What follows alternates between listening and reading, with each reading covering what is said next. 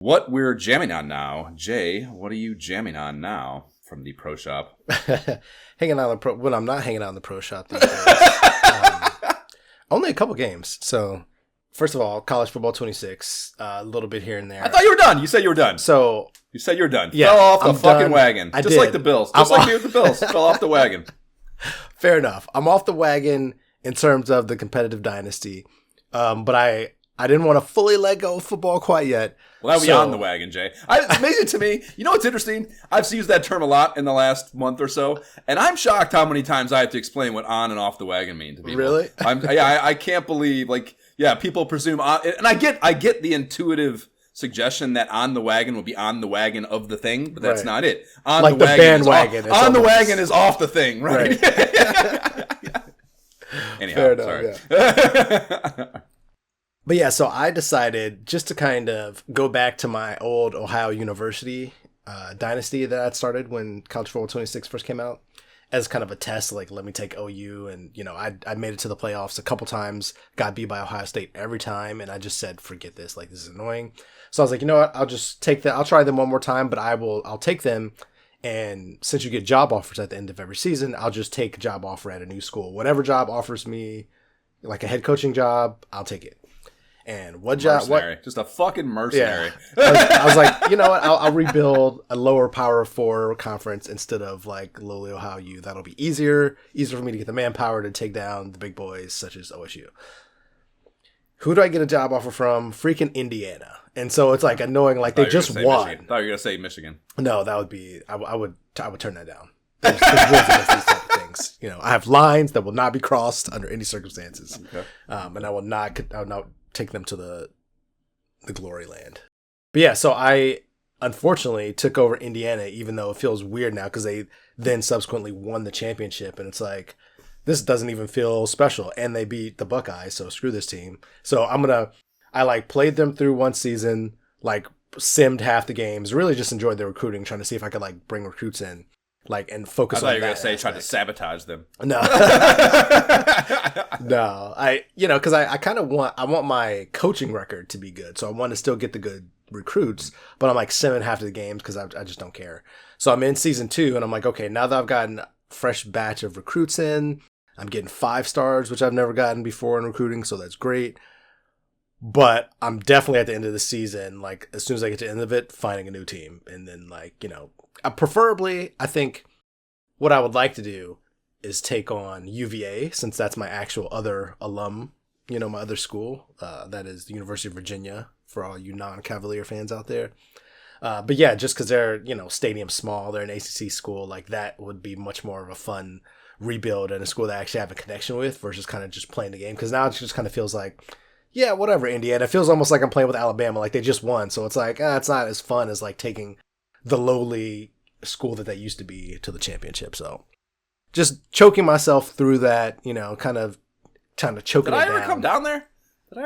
You did. You and Groswell came down. Are you kidding me? I was the long snapper. Is that where that was? That was the memory I had in my mind, but I thought I had made that up, and that was down in Miami or something. Okay. For those who don't know the story, we were obviously fraternity brothers. It's a sports episode too. This is totally fitting. Yeah, this is totally topical. These guys come down to visit me. I'm in grad school. I've graduated from Ohio State. They're a year younger, so they're still at Ohio State, but I'm down at University of Virginia, and it's the summertime. So I'm in the dorms. They come to visit, and long story short, we're clearly at a bar one night. It's popping. This is the bar to go to. Our version of the spot. It's hilarious how well I can visualize that space. Right? Oh, it doesn't make. I mean, I can't remember anything ever, Jay, especially from a binge drinking event. I viscerally remember this bar. Yes, exactly. And we were there multiple times. That is a core memory. That's why it was a core memory. And obviously we're being social, being the dudes that we are, talking to people. And I don't remember how it happened, but there were Virginia football players there. Oh God! And we're just so talking. Funny. I don't know what kind of conversation got into it with them about. But I said something about yeah, we're the national champions because Ohio State had just won. Not me. Obviously I ran track. I was not on the football team. Like no part of the football team was No part of the national like, championship. Somehow that 0 was, rings. like, I received 0 rings. 0 rings in my locker. But like one of them kind of made that comment, like, "Wait a minute, were you on the team?" And I was like, "No." And he was like, "Well, oh." And then the joke became, "Oh, he must have been the long snapper." So it was like funny, like it wasn't like we were talking shit, but it was like funny, you know. So it was a good time though. It was a good time. In my memory, you owned it at some point though. There was some point where you used it. Of course, because of course. I was absolutely going along with it. Yeah. That's a very important clarification, though, Yes. Jay. I was. It's one thing for someone else to just jokingly call you the long snapper. It's another to go, I am because here's the thing. The visceral memory I have is you saying, yes, I was the long snapper for the national championship Ohio State Buckeyes. It's like that full sentence was like actually said. Absolutely. I was waiting for you to say the full sentence. Which is very funny.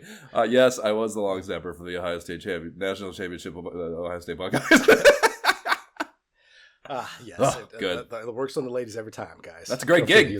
That's like a known thing. Like if you can become a good long snapper, you can have an NFL job for a decade plus, no sweat. Like the guy that's been, they do nothing else. They literally have no other job on a professional football team. College is probably not as specialized, I imagine. You still find the guy who's best at it, obviously. Right. But in the NFL, you can keep a job for over a decade. The guy that's been doing it for the Bills, he doesn't do shit else. And he has had a job dependably. Like, he can, joke about it, too. Right. He's like one of the guys, like the salary cap gymnastics that happen when they go to final roster cutdowns. Yeah. Like, to, get a guy onto the IR, the injury, I keep wanting to call it report, but that's not right. The injury list, basically, at the start of the season, they have to be on your, initial roster, which means knowing you're going to put them on IR and they can't play for 6 weeks, you basically have to keep a player that you know isn't going to play for 6 weeks, which is problematic. So there are certain players where their deal is not salary cap heavy and there's not salary cap implications to do this, where they will just cut a player and they call it going to stand in the parking lot. Like, you're just, you're cut, but tomorrow they're going to re-sign you on the same deal, basically. And you're not, and it's just like a verbal agreement that they know everything's fine and they're not going anywhere. They're not going to try to look for a new job. They're not going to lose the player. They're not going to look for a new contract, whatever. I don't know how they, work this out verbally. But yeah, they call it going to wait in the parking lot. And every year, they often will do this with the long snappers because they're on these they're relatively cheap deals, but they we need you. You're going to be there, right? Yeah. Right, exactly. Interesting. That's one of the ones they'll do that. Yeah, it's a super interesting thing every year. Fucking cutting the long snapper, and he just stands in the parking lot and gets signed the next day. Anyways, it's a great gig. Somebody's got to have it for sure. To do, it's like it's like the kicker phenomenon times a million. Like, you have this one stupid job, you don't really have to do anything.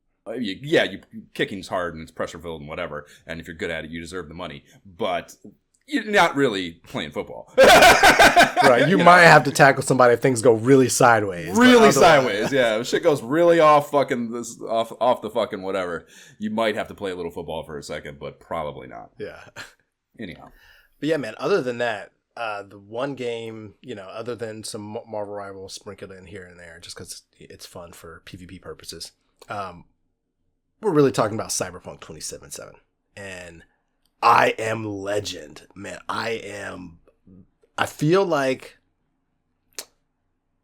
God walking amongst mere mortals. I think it might be the best video game ever made. It might be the best.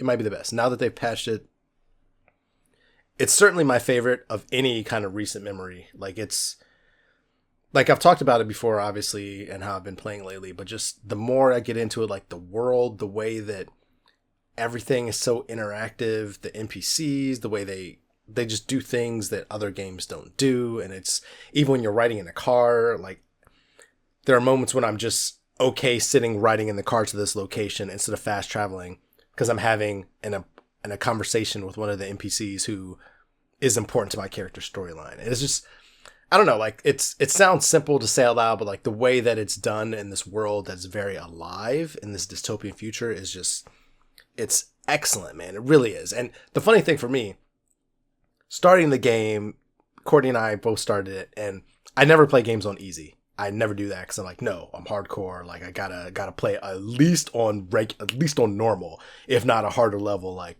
I need to play the game as intended, right?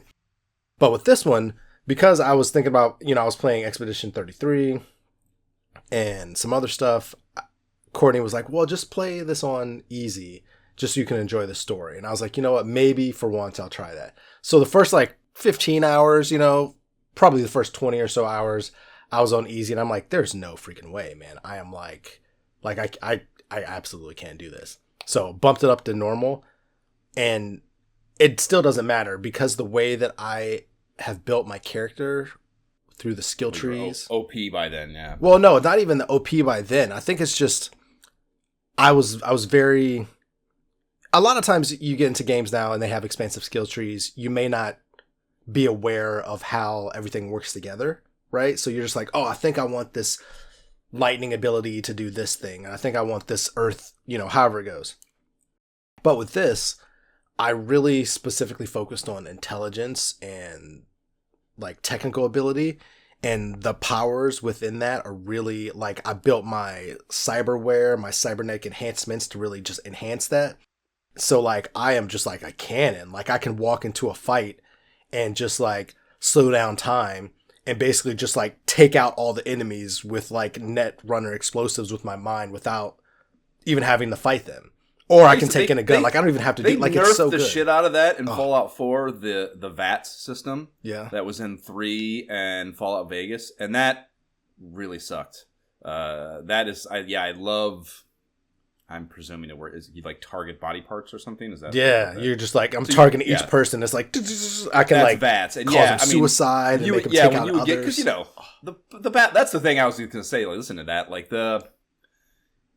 That's what I did with Skyrim. I mean, partly because in that situation I was playing in VR and you're literally just changing how many times I have to do this with my actual arm, which is it's just not. I don't want to fucking do that a million times while I'm sitting on my couch playing Skyrim. I'm playing it for the story and to do other stuff.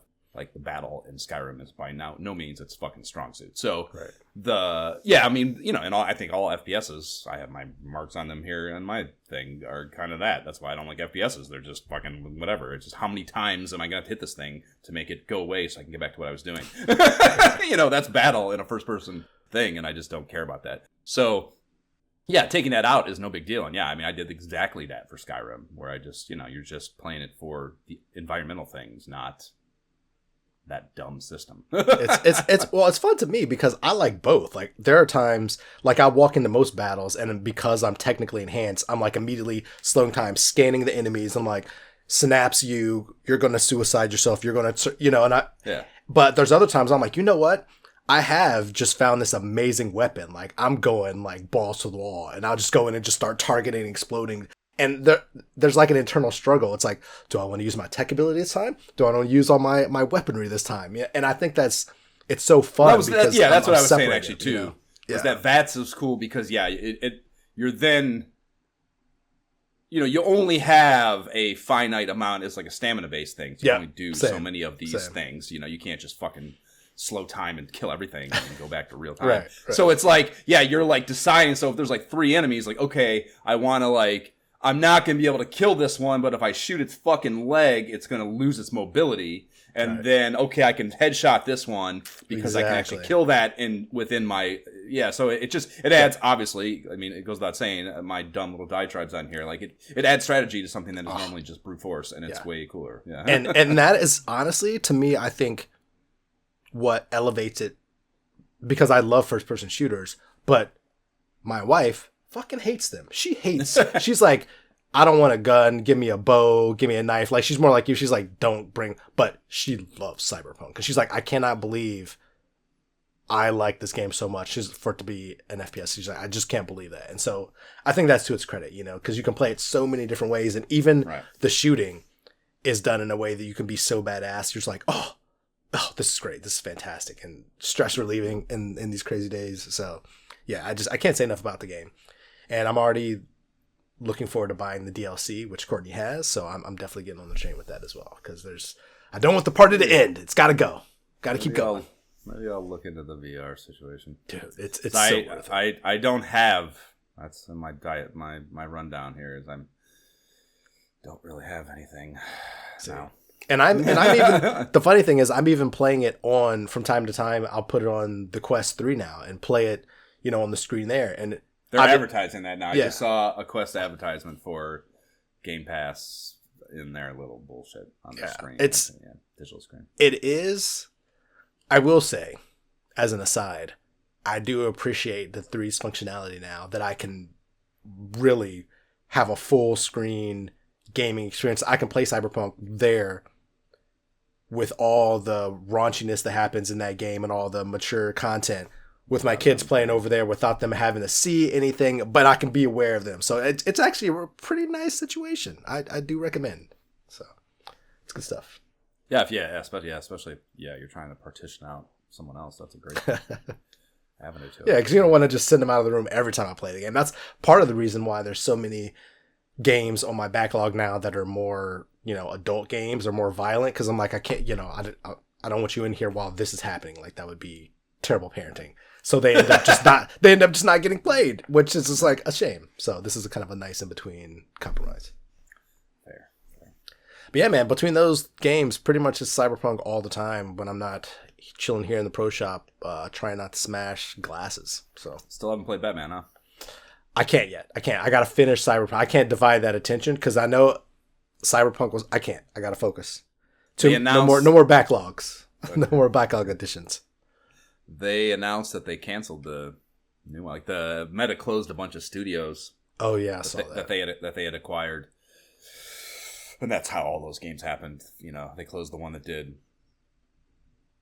Asgard's Wrath, Sanzo or whatever it is. They closed the one that they did Batman with.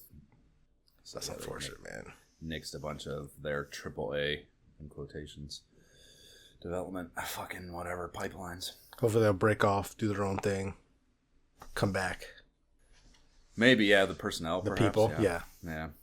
I mean, they need those licenses to make those games, but yeah. I mean, they can make dope stuff maybe without those licenses, or maybe take that. I mean, I'll leave it there. Word? Okay. That's it? That's it, man. Okay. I finished Half-Life Alyx. Nice. It was good. It was fun. Glad I played it for a 70% discount off or whatever. Anyways, big studio shit all kind of feels the same, though, to some degree. And I'm probably just a snob, but it's all just, I don't know, man.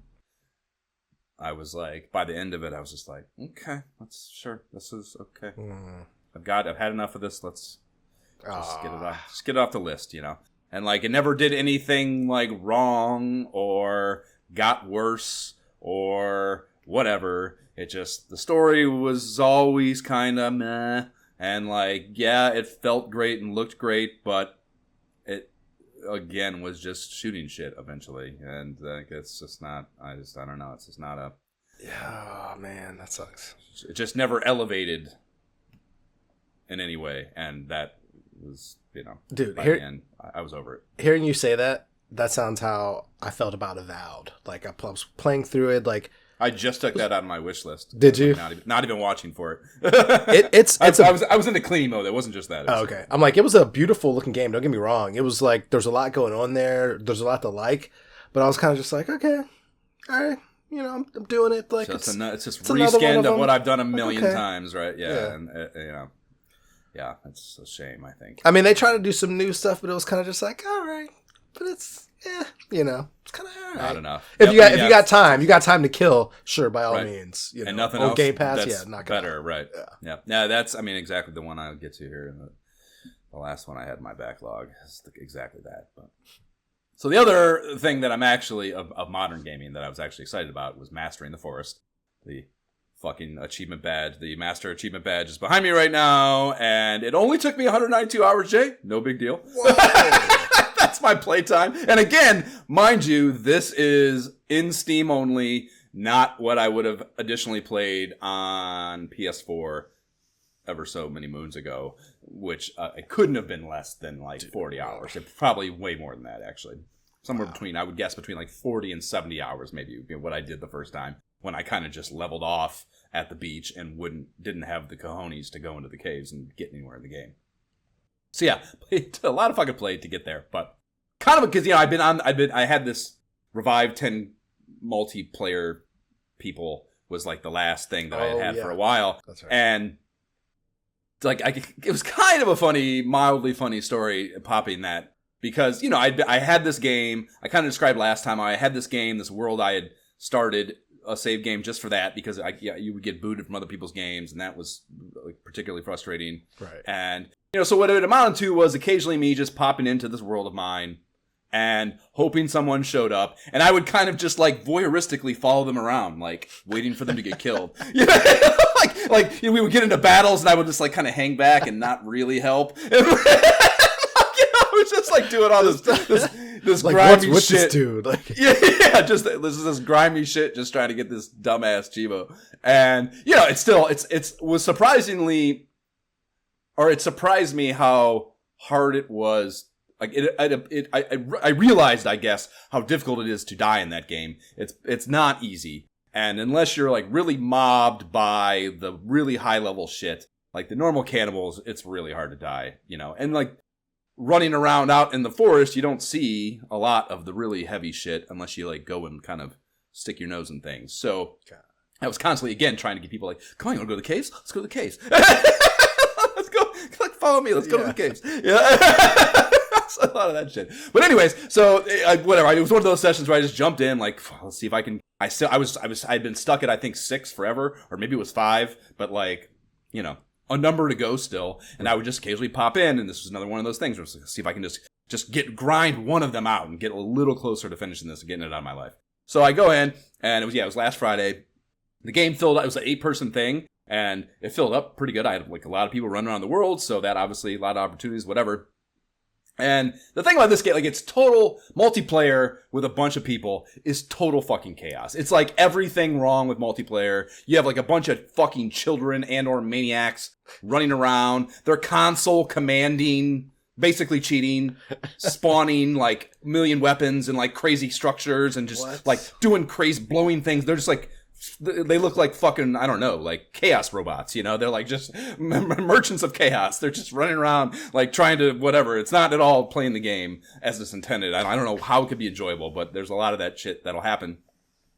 So, and it's like ripping down the things I built and shit too, just like all sorts of just mayhem, So this was no different. That's going on. But like I've saved my game. It doesn't matter if they destroy it. I can just not save and like close it. So I'm just letting this shit go. It's like just chaos happening. I'm just like running around hoping someone dies. Maybe even blows himself up. I don't know, whatever. And like, so that's happening, and a new player spawns in, and you always spawn over at the plane crash, right? So when you can see that happen, and they have their little names above them, so no matter where they're at on the map, you can see that someone's appeared. So I run over to the plane, and I was like, greet them, like, hey, what's up? Just like fucking, you get on the radio, like, what do you want to do? Like, what do you go die? Like, I don't say that normally, but that's like, that's what I'm thinking, And like, so I go up, this guy asks what I'm doing, and, like having a normal conversation. So I'm like, okay, cool. Not a maniac. Maybe we can go cave splunking together or something, and I can get 1 or 2 revivals. Awesome. So he's like, well, what are you doing? And I'm like, I casually, for the first time ever, I reply that my chief concern at the moment is getting 5 revivals banked so I can master this game. And I was like, so if you want to die 5 times real quick, that'd be great. And so he immediately runs over to a poison berry bush and starts just gorging himself on the poison berries. which, funny enough, does not kill him. And I don't know if it's because I was maybe on normal difficulty and maybe it's more punitive to eat the poisonous shit on higher levels. I don't know. But so he doesn't die, and he's like talking to the monk. He's like, oh, I thought that would work, and like it doesn't work. So he starts running around. And another person, because everyone can hear your microphone when you talk on the walkie-talkie. Yeah. So another person runs over, and they're being super chaotic, but they like start spamming console commanding the IEDs, which are like the makeshift explosives that you can make out of like coins and battery, like some of the dumb shit you can pick up. You can make these IEDs, and he starts just blowing himself up. And when you blow up one of these things, it's a huge explosion. It like blows up a bunch of trees and like shit falls down everywhere. And this guy is just running around blowing himself up with IEDs. And I'm like, awesome. I run over and I fucking revive him and he gets up and he spawns another one. He blows himself up again and he does like 5 or 6 in a row. And fucking, and yeah, I'm like yelling into my mic like while I'm doing it. I'm like, yeah, man, you're the fucking man. That's great. And he's just fucking blowing himself up over and over and over and over again. And I get to 5. Like I said, I thought I could have swore I was at 6. I mean, like it had been a while, man. Yeah. And he did 4. Or was that 5, 4? It like should have fucking like, I thought it should have popped. And I was like, I don't know, man. I don't know. Like I thought, like, I don't know why it didn't pop. And he's like, he just does it again. And then the Chivo popped. I'm just like, yes! I'm so fucking excited. Victory! So happy. Yeah, so much. You know what? I'm working with Kevin Dillon in the movie I'm doing. Oh, When yeah? you say that. Yeah. I'm definitely going to have to get a picture of him with Miyagi doing that or something. I don't know. We'll see. Could you please reenact the meme with Miyagi? Thank you. Anyways, so yeah, it pops. And like, here's the fucked up thing. So like, that happens. I'm super excited, of course. And like, even though I'm never playing this game again, I don't ever need to pick up this game. There's nothing to do. There's nothing to see. I'm still not gonna just turn my world off like a prick right after that happens, you know? So I'm planning on still playing. But 5 seconds after that, literally, dude, 5 seconds, the game locks up. Like, there's acid trails everywhere, and there's some guy in the microphone repeating hello, like every 5 seconds. So like, I think it was one of those maniac kids did something and like froze the game because I was enjoying myself, you know? And like, because he heard me on the mic, like happy, he wanted to like fuck that up and like didn't in time, you know? So that is my hypothesis. But yeah, the game froze up and I had to just turn it off. And I was like, everyone probably thinks that I just turned the game off. Got your achievement. You're like, I'm out. Yeah, fuck you guys, you know? And like that really made me sad because that's not what I would have done or intended to do. But it was nonetheless a pretty funny, the most climactic way that could have happened, I guess, maybe, is that like little story flow, I think. So it was, after quite a number of hours going into it, it turned into something that like actually had climax to it. And I thought that was good. Nice. Yeah, bummer. But great to have mastered it for sure. So then the last thing I had was Arcane H was the last one, and like it's great on it's like exactly what you were just saying about dude, and that's what I mean. It was like it's great on so many fronts, including like I've talked about the VR climbing. It's like it would be meaningless on a flat screen, but the way they implement it in VR is fucking awesome. And there's so much verticality where you have to do it, and you don't like it's part of the problem solving system where you're like you gotta like think like, oh fuck, I can climb up that and like, you know, whatever, and like it's like crazy climbing too, like you gotta like fucking go across things and like really really intense climbing sequences. Like I told you, I've like fallen over almost. It's so disorienting, you know, but in a good way. And even with all that, it just comes down to it's an FPS on an alien world, and I just don't really care about anything happening. And like they're trying, it's like I feel bad almost because like I can feel them really trying with the story. It's not, I mean, it won like Game of the Award things last year. It's like VR Game of the Awards and shit. Wow. So, or Game of the Year awards and shit. So, you know, it's not like a half-ass effort and they're not even a big studio, but you can feel them trying to emulate a big studio game for sure that is going to widely be adopted and enjoyable, whatever, consumable. And yeah, it's just, I don't know, man. I fucking up to like 12% or something. I'm just like, it's every time I turn it on, I'm just like, I'll die in like a sword battle or something. I'm just like, oh, fuck, who cares, man? Fuck this, turn it off. You know, and it's just a bummer, man. Even though like everything is great, it should be great, but I just can't care. And that is a real bummer. That's the worst, man. Yeah. I feel like I used to feel bad when I would have that feeling like, no, I got to power through it. Like I spent this money or whatever. But now it's like, there's so many more games. There's too much shit. There's so many games, and there's a lot of games that are similar. So it's okay to play a game and be like, I'm not feeling this. I think I'm done, you know. That is a responsible emotional approach. We'll see. I don't know. Again, my thing is I don't have like, it's a bummer. I don't have any, I'm out of shit. There's nothing really like that Sons of Forest game I want to play. Like the fucking VR mod, it just will not work right. I gave it another college try and like I got it to work, but it's like vomit. Like fucking, it's like fucked up. Like I'm like running around. And it's like the screen's not working exactly right, and it's just like it's hard to get me VR queasy, and I'm just like, oh god, I can't. I'm literally gonna throw up. So that is not obviously. I'm not gonna play a whole fucking game like that. And I also read and doing research about it being fucking bummed out that they're supposedly working on a native VR iteration of that. Maybe whether or not that's true, and or they follow through on it and actually release it, who the fuck knows? But between the coupling of those two things, it's like I can't just put that on the back burner as well. So I've tabled that, and then Subnautica 2, the beta of that got delayed again, so that's not out yet either. That's obviously something I'm excited about. That'll be flat screen too. I'm guessing someone will VR the shit out of that rather quickly, and I'll hopefully be able to play that in VR. Because I mean, as badly as I want to play, like the idea of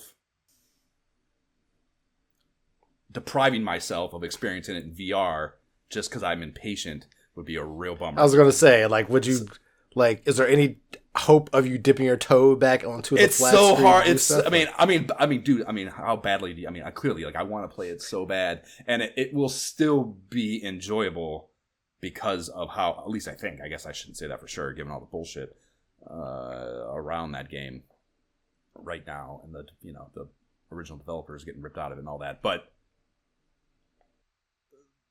it'll be really hard to fuck that up and it not be cool, I think.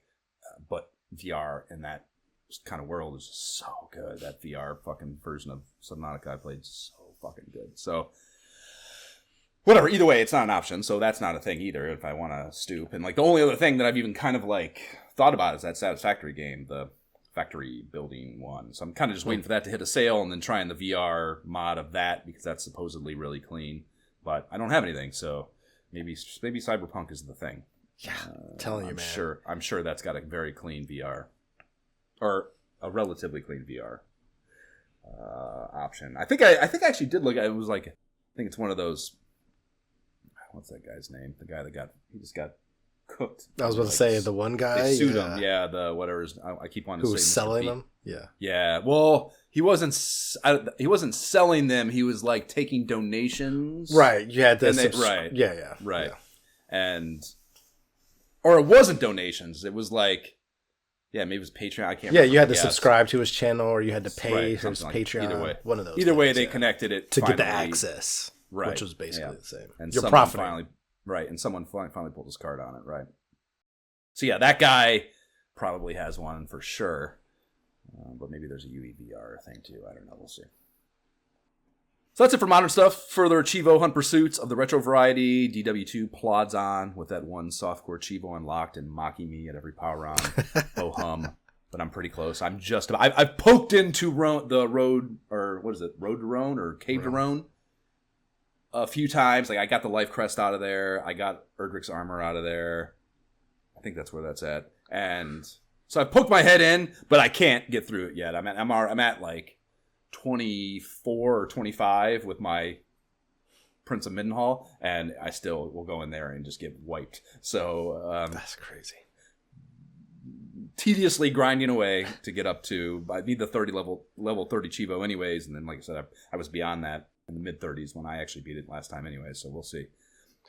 So that's going on, and then my N64 emulation is cooked for whatever reason, like I talked about last time. So I've turned my attention to GameCube. And that logically means starting a Mario Sunshine quest. And I've done that. I'm up to like maybe almost 30. Maybe even over 30. Sunshine's probably 29 maybe, I think is where I'm at. So essentially 1/4 of the game. Which really? I had this on GameCube years ago. And did you? I mean, I probably had it at the fucking house. So I never had a GameCube. The only time I ever played it was when we were roommates. And so I actually bought Sunshine, I think it was Sunshine and Galaxy, like in a collection, like a year or so ago when they released it, because I missed those Mario games. I was like, I missed this area of this era of Mario. So I actually was telling one of the boys last night, I was telling Ezra last night. He was I'll warn you right now, unless there's huge quality of life improvements with the camera and stuff, your kids will not be able to play that game. It's so fucking hard. It's so frustrating and hard. But I've heard, but I want to play it. I bought it. It's still good. Yeah. It's interesting and it's so different. I mean, just that water pack thing is just, a massive departure from typical Mario shit. So yeah, it seems so different.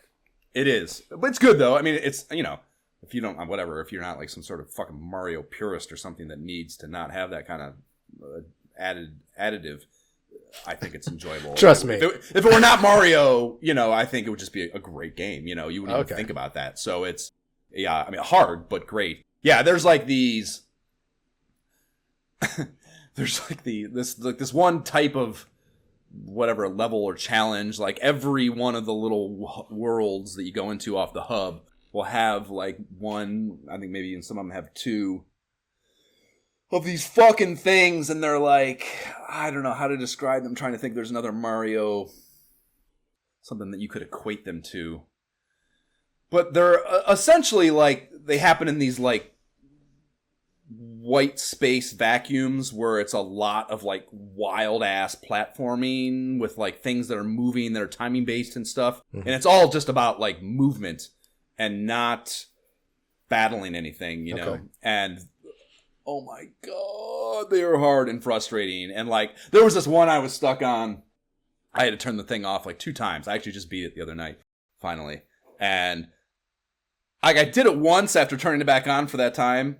And I was like, I died again. And I was like, God damn it, man. Like, what the fuck? And I looked up like a video. Like, am I doing something dumb? Like, what's the problem? And I looked up the video on YouTube and I was reading the comments. And it's just like, shit show. Just like an absolute shit show of like people saying like, this ruined my life. This level is like, and it's like, dude, it's not, like I said, I'm not even a quarter into the game. Like it's not like some advanced stage thing. It's like super early in the game and it's like god damn near impossible. And I beat it in like a time or two after that, or a try or two after that. So I did get it done, but it was hard as shit. So yeah, those things are like really fucking frustrating. And yeah, there's some mechanics about it that are just a little goofy, and it's mostly 3D camera based shit that like it just wasn't good yet, even though that's how I feel about even Mario 64. Like I feel like all of that is just like, oh man. Honestly though, Mario 6, I think because Mario 64 has a ton of that as a problem for it. The camera is a problem for it in that game. But what is asked of you is also simpler. So I think the rub of what's asked of you versus the camera's aptitude in this, it's a higher friction and bigger variance thing that it can be very frustrating. And I have gotten very pissed off playing this. But sticking with it, and I'm hoping to. I mean, there's no chance I'll master it. Some of the, again, like with all those Mario games, you look at the Chivos and there's fucking like, I'm not fucking doing that. That's fucking asinine. But just a basic playthrough of it, kind of like I did with Zelda, like just hitting the story beats for those Chivos. Well, I'll get through it for that. And I also started Metroid Prime as the other one, and this is supposedly the best game on the system according to Metacritic. I had this too, and like, dude, I played it and. I mean, I wasn't even on the tutorial, and I was like, I've never seen any of this before, I don't think. So, I remember not really playing it for sure, but I can't believe, maybe I just forgot, and I did get at least this far, but like, yeah, I mean, even before I left the tutorial, I was like, I have never seen this in my life. Like, how did I have this game, and I didn't even make it out of the tutorial? So, I don't know. And like, maybe that's right. Maybe it is the best game on the system. I don't know. It is good. It's a little goofy, and there's again some like a same thing. Camera, weird. That might have been just a time of life. You had other stuff going on. It's like I got this game, but I can't really play it. Yeah, there's a bunch of. I mean, that like Eternal Darkness is a game on that system that I also had, and like I remember getting into that though because the story in that was so good. Yeah, even for my dumb idiot alcohol saturated college brain, I thought that was good. So. But I know I didn't finish it. Same thing, and like, yeah, I just didn't. Resident Evil 0, same thing. That was also that was technical difficulties. I believe the one disc didn't work, but whatever. I had a bunch of games in that system that I did not really. All I really played was Madden and Animal Crossing was ultimately what I did on that system. I remember I had Smash Brothers. I never really played that. Like I had a bunch of games that I bought that I never really got into on that system. But yeah, those are the two. Obviously some of the greatest hits that I'm hitting. I guess. Try playing that fucking Zelda on there too. Eventually, maybe we'll see. But cool. So that's what I'm doing on that front. And then the last thing's X-Men Quest. Like I told you in our email chain, I basically I was right before Fatal Attractions on the last episode, and then I got through that, and then turned my attention to catching up on Wolverine because I had to find 75 Like for Fatal Attractions. Yeah. And that got me, I found a solution for the rest of the issues too. So I started reading that. But yeah, the big thing with Fatal Attractions, dude, like in my memory, that was all about Wolverine losing his adamantium. Yes. Because that was the most impactful thing outside of it leading up to Onslaught, at least for me. I don't even know what that is, so we'll see. But oh, you don't know. Okay. The big thing about Fatal Attractions for me was reading all, I never read the Excalibur issue of it. The only ones I had, I think Jab had X-Force. I was able to read that one. Or sorry, X-Factor. Mm-hmm. Which really barely even dealt with the Magneto. That was interesting too. Like some of those hologram covered Fatal Attraction issues they were like kind of still siloed things happening. They were not, it was, I expected it to be like this really heavy one, you just have to bounce 1-to-1 and it's like just this one story happening. And it was not like that at all. It was still very siloed and that was kind of annoying, I thought. And I didn't even really, I ended up kind of skimming the Excalibur and the X-Force ones because they were, again, just not really part of what was interesting in that story. Because, and the most interesting thing in that story, or the most, I don't know if it's the most interesting, I still probably think Wolverine loses Adamantium was more interesting, but the thing that it was more about to me in hindsight, now having read it like this, was Colossus turncoating, which I didn't remember, and like the focus on it, that was what it was really about. Again, I was talking about how I could tell he was going to break bad, you could see it coming, but that was really interesting that he just like went up there with him and like, okay, now he's an Alkalite entirely, he's off X-Men, and then he ends up anyways still kind of helping them in the end, and he's kind of the crux to them getting out of that, Yeah, man. Still alive, basically.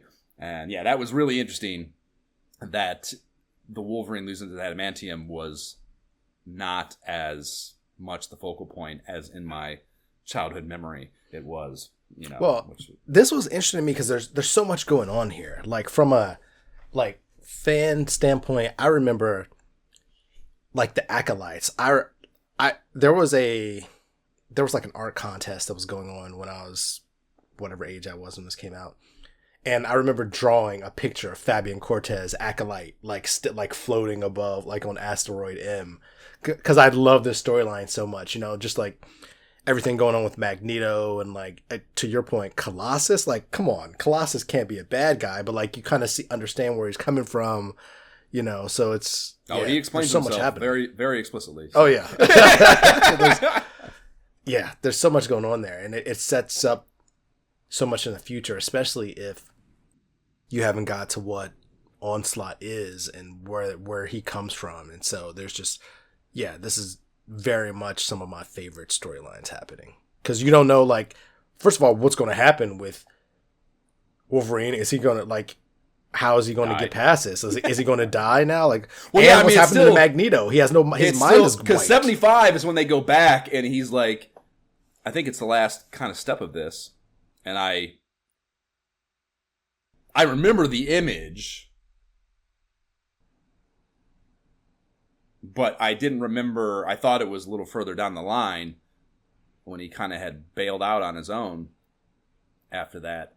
But he's in the danger room and he pops his claws for the first time and they're just bone. Boom. Like, obviously the reveal of that is like, what? Exactly. What? Yeah. So, yeah, that huge still, of course. So, yeah. Yeah, So, so I went back I read up to 20, was on Internet Archive, right, on the Wolverine book. So I started right at 21. And maybe the most interesting thing about that is that going back to like 89 or 90 or something in the X-Men fucking timeline was wild because that, if you recall, or not if you recall, but if clearly you recall, we talked about it, wasn't that long ago, that like, it was just like a dead space in the story. Like, it was lame. The stories were fucking lame. And like, that shit's still going on in the periphery of these issues, and the reason he's in Madripoor in the 20s is because X-Men are dead in Australia. And like, that's just such a lame part of, it's funny too. I don't know what I was watching, I don't remember what where it came from. But I was watching or listening to something and they were talking about, it was the Jeremy Parrish just did the LJN X-Men on NES. He just did the NES Works episode on that, which he, of course, fucking destroyed it because it was horrible. But he was talking a lot about how it wasn't necessarily congruent with the actual comics at the time. It was more in line with that Pride of the X-Men animated precursor to the Saturday morning cartoon that they made. That was like the Kitty Pryde thing. And that was like an amalgamation / not really what was going on in the comics. It was just kind of an adaptation of sorts. And the video game was more in line with that than anything that was actually happening at the comics at the time, and yada yada yada. But he was saying, he basically said echoed kind of what we're talking about here, was that like the whole X-Men dead in Australia thing, which annoyed the shit out of me the whole time it was going on. He was basically ripping it a new asshole and saying how Marvel was like in the shitter at the time, and the only thing really keeping the company afloat then was the license books that they were doing for Hasbro and shit, G.I. Joe and all the toy line ones, Transformers and all that shit, was how they were making their money, because all these storylines sucked. And until that new infusion of talent came in with Chris, what's his name, and all right, until that came in, they were just withering on the vine basically as a company. And that makes total sense because I was so bored in most of the 80s with the X-Men. It's true. You know? It's true. I remember reading those and more back issues and like getting caught up, but then like from here on, like the stakes just get higher. Like stuff. Oh yeah, I mean, yeah, exactly. That's why, like, yes, the Colossus things happened, but in my mind, I think about the Wolverine thing, but then I think about, but then because of that, Professor X does this to Magneto, and then that does this coming on the, so it's just like the stakes get higher and higher. So they've learned from their mistakes of the definitely, just obviously have the difference between a good writer and a bad writer. I look at it, I see it all the time at work. It read the foundation for everything. If it's bad there, the rest is going to suck too.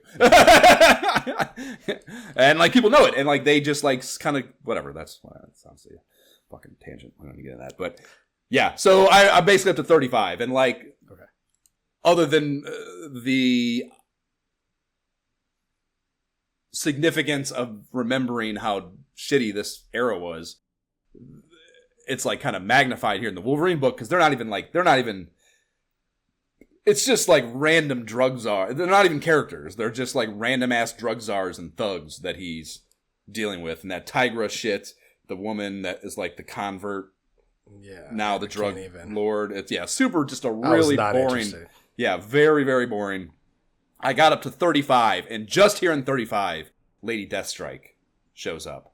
And that, I was like, ooh, she's interesting. That's Weapon X shit. That is like an interesting character, particularly in relation to Wolverine. So hoping it starts to uptick a little bit as far. Yeah, I mean, like the thing, the analogy I had for all the, it's like the Saturday morning WWF no-name wrestlers. It's those people. It's just, they're just there to get murked by the handful of people you actually know to get us through this episode.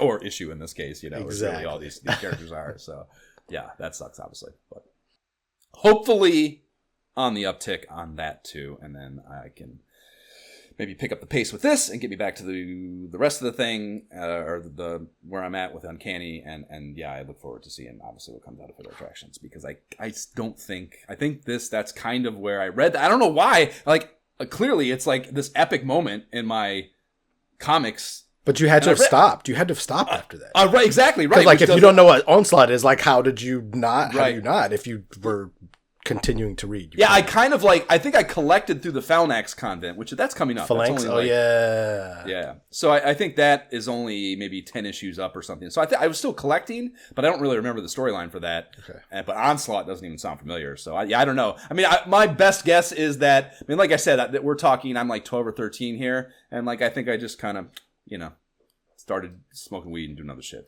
I think is really what the main reason that my comic shit fell off. It wasn't like, I'm bored now. It's just like I'm other priorities, Oh yeah, that's fair. Meanwhile, I'm just like Onslaught, Phalanx Covenant. Next, I was about to say New Mutants. What are they called? Next Gen, Generation Next, before Generation Next. Onslaught, is that before Phalanx? Onslaught is next. Like Really? it may well. In my mind, it's next. It actually may take longer because I don't remember how quickly that happens. Yeah, maybe I did read it and I just didn't clock that was the name or whatever. Yeah, but we shall see.